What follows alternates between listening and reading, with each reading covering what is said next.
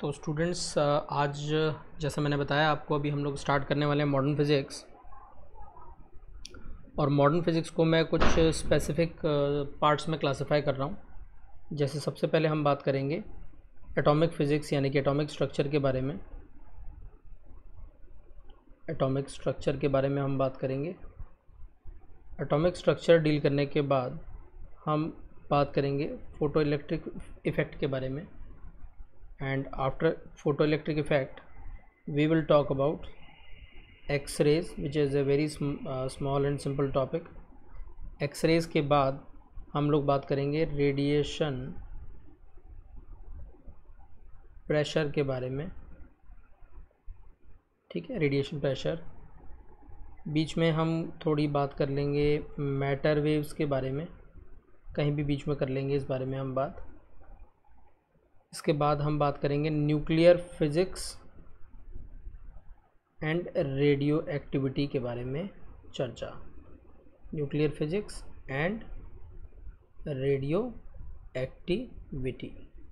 ठीक है, तो ये कुछ हमारी सीक्वेंस रहने वाली है आने वाले समय के लिए। तो देखिए, आज हम सबसे पहले स्टार्ट कर रहे हैं अपना एटॉमिक फ़िज़िक्स वाला पार्ट। एटॉमिक फ़िज़िक्स में सबसे पहले तो मैं एटॉमिक फ़िज़िक्स क्या है इस बारे में बात करूँ यदि आपसे, तो आसानी से हम देख सकते हैं कि atomic physics is that branch of physics in which we will deal with the study of structure of atom and its properties. ठीक है, तो एटॉमिक फ़िज़िक्स में हम कह रहे हैं कि एटॉमिक फ़िज़िक्स की वो ब्रांच है जहाँ पर हम स्टडी करते हैं स्ट्रक्चर ऑफ एटम और एटम की प्रॉपर्टीज़, कुछ बेसिक प्रॉपर्टीज़ के बारे में। ठीक है, एटॉमिक फ़िज़िक्स की यदि बात कर रहे हैं तो ऑब्वियसली एटम के बारे में भी चर्चा करना ज़रूरी है। तो एटम क्या है? Atom is the smallest part of an element. किसी भी एलिमेंट का एक smallest part which carries all the properties of that particular element, है ना। तो हम कह रहे हैं एटम किसी भी एलिमेंट का वो सबसे छोटा सब डिवीज़न है जहाँ तक वो एलिमेंट अपनी सभी प्रॉपर्टीज़ अपने अंदर एटम के अंदर कंटेन करता हो। ठीक है, एटम के बारे में बात करने से पहले और उसके मॉडल्स के बारे में, स्ट्रक्चर के बारे में बात करने से पहले कुछ वैज्ञानिकों द्वारा कुछ मत दिए गए, उनके बारे में हम बात करने वाले हैं। तो इस सीक्वेंस के अंदर सबसे पहला जो नाम आता है वो आता है रॉबर्ट बॉयल का, जो कि लगभग 1627 से अराउंड 1690s तक उन्होंने काम किया एज ए फिज़िसिस्ट और एज ए केमिस्ट भी थे वो, है ना। केमिस्ट्री में भी डील करते थे, केमिस्ट्री में काफ़ी कुछ काम किया है उन्होंने। Robert Boyle studied compression and rarefaction of air, है ना। रॉबर्ट बॉयल ने एयर के कंप्रेशन और रेयरफैक्शन के बारे में स्टडी किया and based on the fact कि एयर कैन बी कंप्रेस्ड और इट कैन बी एक्सपेंडेड, है ना। उन्होंने कहा कि क्योंकि एयर को कंप्रेस किया जा सकता है और एक्सपेंड भी किया जा सकता है, तो उस आधार पर it can be concluded that air is made up of very small particles, and these particles could be regarded as atoms. तो रॉबर्ट बॉयल का नाम इसलिए वर्थ मेंशनिंग था क्योंकि रॉबर्ट बॉयल की थ्योरी के बाद में ही एटम के वेरियस स्ट्रक्चर्स पर काम करना शुरू किया गया अलग अलग वैज्ञानिकों द्वारा। ठीक है, सबसे पहला जो इम्पॉर्टेंट मॉडल या जो सबसे पहला जो स्ट्रक्चर ऑफ एटम था उसके बारे में हम बात करेंगे। तो हम देखिए बात करते हैं एक बार वेरियस एटॉमिक मॉडल्स, उनसे क्या बातें एक्सप्लेन हो पाई, है ना, उनकी एक्सप्लेनेशंस और उन मॉडल के फेलियर्स के कारण। इन तीनों चीज़ों के बारे में हमको बात करनी है अभी इस सीक्वेंस में ही। ठीक है, सबसे पहले जो सबसे पहला मॉडल दिया गया वो दिया गया सर थॉमसन द्वारा। तो थॉमसन्स प्लम पुडिंग मॉडल भी बोलते हैं इसको, सुना ही होगा आप लोगों ने केमिस्ट्री में ये बात। थॉमसन्स प्लम पुडिंग मॉडल की हम बात कर रहे हैं। ठीक है, इस मॉडल में क्या कहा गया था?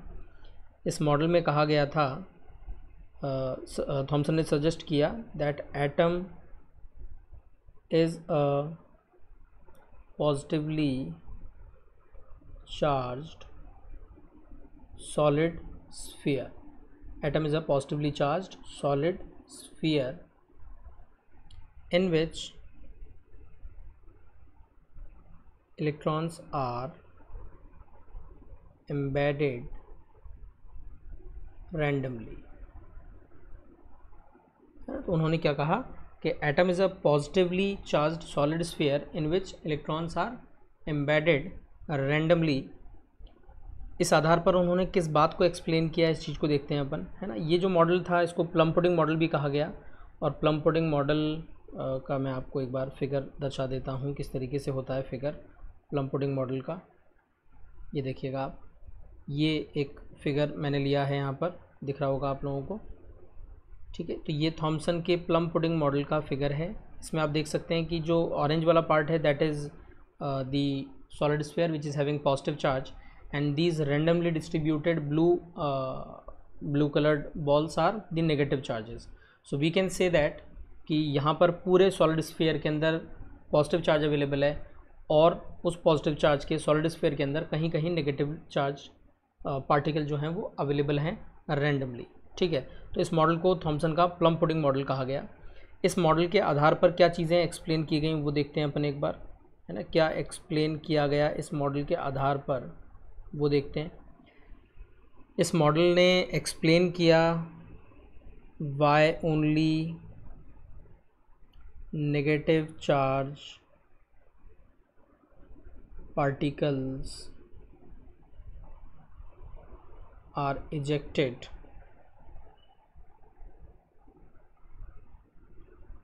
when a gas is heated। तो थॉमसन ने एक्सप्लेन कर दी ये बात कि अपने मॉडल के आधार पर कि जब भी किसी गैस को अपन गर्म करते हैं तो उससे इलेक्ट्रॉन ही क्यों इजेक्ट होते हैं, उससे पॉजिटिव चार्ज क्यों नहीं इजेक्ट होता है। और उसका एक्सप्लेनेशन सिंपल दिया गया कि electron as a individual identity available है within the solid sphere, within the positively charged solid sphere. तो इलेक्ट्रॉन क्योंकि एक इंडिविजुअल पार्टिकल के रूप में अवेलेबल है तो वो निकल जाता है एनर्जी लेकर के। जबकि पॉजिटिव चार्ज की बात करें तो पॉजिटिव चार्ज तो पूरा स्फीयर ही है एक तरीके से, तो वहाँ से पॉजिटिव चार्ज का निकल पाना मुमकिन नहीं है। तो इस आधार पर हम कह सकते हैं कि नेगेटिव चार्ज पार्टिकल ही क्यों इजेक्ट होते हैं गैसेस को गर्म किए जाने पर। और इसी आधार पर, इसी का कंसिक्वेंस यदि देखा जाए तो हम कह सकते हैं he was able to explain the formation of ions and ionic compounds also. है तो थॉमसन ने अपने मॉडल के आधार पर आयंस की फॉर्मेशन और आयनिक कंपाउंड्स की फॉर्मेशन के बारे में भी कुछ हद तक एक्सप्लेनेशन दे दी। अब ये मॉडल फेल क्यों हुआ, इसके फेलियर के कारण के बारे में बात करते हैं हम एक बार। आप सभी लोग जानते हैं इसके फेलियर का कारण भी। रदरफोर्ड ने अपने एक्सपेरिमेंट किया, कौन सा एक्सपेरिमेंट किया था, अल्फ़ा पार्टिकल स्कैटरिंग वाला एक्सपेरिमेंट, है ना। He was not able to explain the consequences और the results of Rutherford experiment, है ना। रदरफोर्ड एक्सपेरिमेंट में रदरफोर्ड ने क्या कहा, क्या ऑब्जर्व किया कि बहुत सारे पार्टिकल स्ट्रेट निकल जाते हैं, बहुत सारे पार्टिकल जो हैं स्ट्रेट निकल जाते हैं जब अल्फ़ा पार्टिकल गोल्ड फॉइल पर या गोल्ड न्यूक्लियस पर बॉम्बार्ड कराया जाता है तो। जबकि यदि न्यूक्लियस यदि थॉमसन के मॉडल को ट्रू माना जाए तो उस उम्मीद थी कि अल्फ़ा पार्टिकल सीधा जाएगा इस सॉलिड स्फीयर से टकराएगा और वापस आ जाएगा, या फिर कुछ बड़े एंगल से डिविएट हो जाना चाहिए अल्फ़ा पार्टिकल, जबकि ऐसा नहीं हुआ। जो भी अल्फ़ा पार्टिकल थे उनमें से बहुत कम, लगभग 8000 में से 1 या 2 पार्टिकल ऐसे थे जो वापस लौट करके आए। ज़्यादातर पार्टिकल तो ऑलमोस्ट काफ़ी कम डिविएशन या बिना डिविएशन के ही स्ट्रेट निकल गए। तो इस बात को ये थॉमसन का मॉडल जो था एक्सप्लेन नहीं कर पाया, इसलिए इसको रिजेक्ट कर दिया गया थॉमसन के मॉडल को। और थॉमसन के मॉडल के रिजेक्शन के बाद अगला जो मॉडल आया वो आया रदरफोर्ड मॉडल।